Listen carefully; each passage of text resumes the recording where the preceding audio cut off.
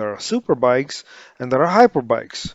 Although there is only one model I can think of which will make it into the category of hyperbikes. It's Kawasaki H2R. Some will say Kawasaki H2R might be a hyperbike with close to 300 horsepower, and it's the only mass production motorcycle model which you can buy at around 60,000 US dollars, but it's debatable whether it's a hyperbike or a superbike. So let's not get into that. Then there are the supermotos. There is Supermoto, there is Megamoto, there is Hypermoto. I just made up the last one. Every motorcycle manufacturer will have their own version of a supermoto and call them their own names for a supermoto. Ducati calls their biggest, heaviest, road-going supermoto-ish motorcycle a hypermotard. Anyone remember the BMW SP2 Megamoto? We'll come to that in a little bit. Some will say hypermotard is not a supermoto because of its weight, though there is not definitely guidelines for a supermoto. Manufacturers make them up as they go along. So let's have three classifications. One, non-road legal, track-based supermoto. Two, road-based supermoto with around 150 kilograms. And a road-based supermoto with excess of 190 kilograms. Now, what is a supermoto? Supermoto bikes are essentially dirt bikes with a street trim, which means that they can have slick or road-going tires and upgraded suspensions and brakes. So now let's look at the origins of a supermoto. Back in 1991, Italian manufacturer Gilera released the Nordwest model, the first factory-produced supermoto. Other European manufacturers quickly followed the suit. Along them, there is KTM, Husqvarna, Husaberg. All of those manufacturers at that time had an emphasis on off-road models. Those off-road models were eventually developed for track use. It took another 10 years until the mid 2000s for Japanese manufacturers such as Yamaha, Honda, and Suzuki to start introducing their supermoto models. Most of the supermoto bikes sold by the Japanese to the public are more domesticated models for the road use rather than outright racing. For example, Suzuki DRZ 400 SM. A number of manufacturers continue to tap into the popularity of supermoto bikes, like the KTM. They had a 990 SM or a 990 SMR. Aprilia had Dorsoduro 1200. They also had Dorsoduro 750, and then the last one was a Dorsoduro 900. Ducati had Hypermotard 1100, then Hypermotard 821, and the last one, Hypermotard 950. We'll come to the 698 in a bit.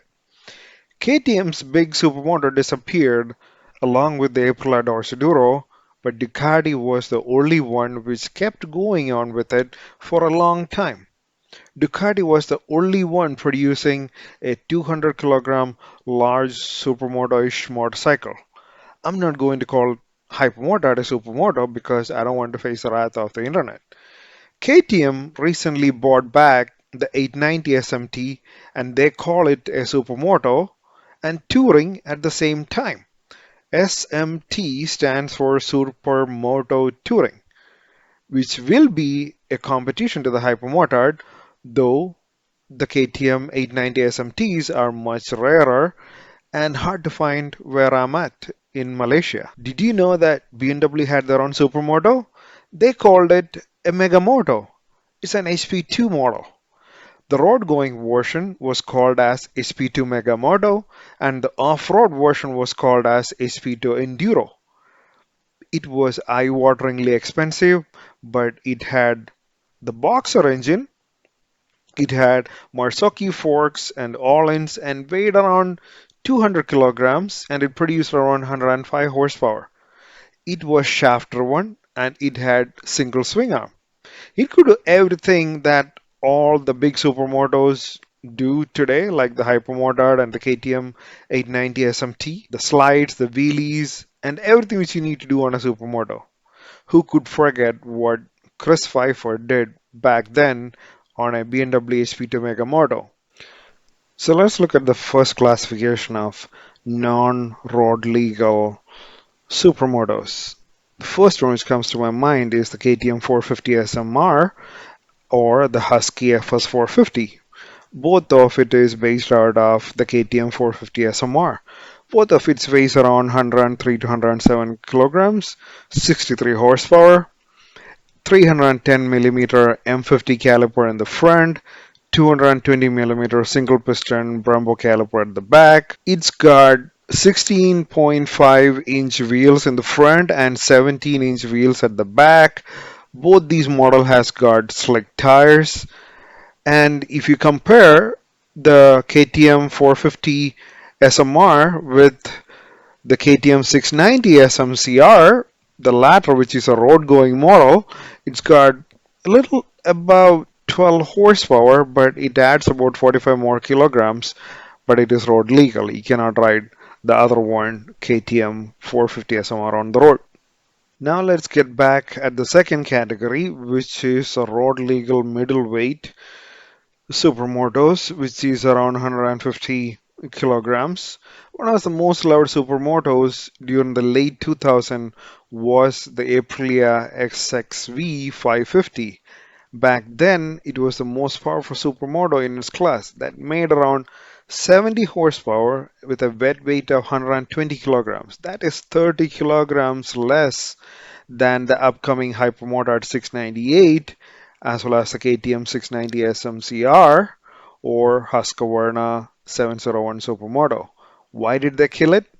I think reliability was the issue. For a long time, KTM, Husqvarna, and now gasgas were the only road legal middleweight supermotos that was in the market, and they ruled the market for a long time until a couple of weeks ago, Ducati announced the Hypermotard 698 with a single cylinder engine, produces around 77 horsepower, and with a race exhaust, produces around 85 horsepower. Motorcycling world rejoiced again, including me. Ducati 698 Hypermotard will definitely eat into the market of the KTM and Husky and the gasgas.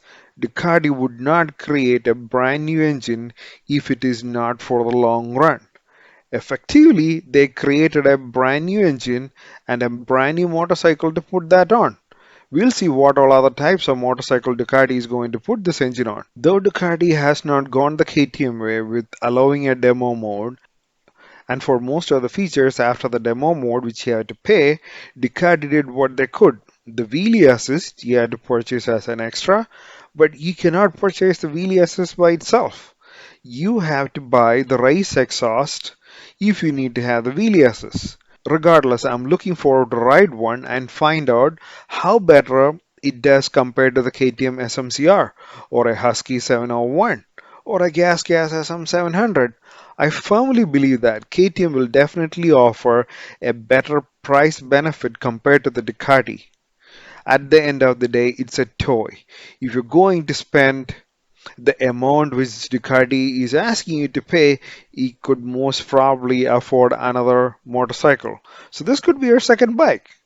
While Ducati is chasing horsepower numbers on one side of the spectrum, I'm glad that they looked towards the other side and offered the world a more potent, nimble, lightweight, road legal supermoto. If this triggers a competition between the manufacturers, we, the customers, are the ones who will benefit the most in the long run. Thank you for watching.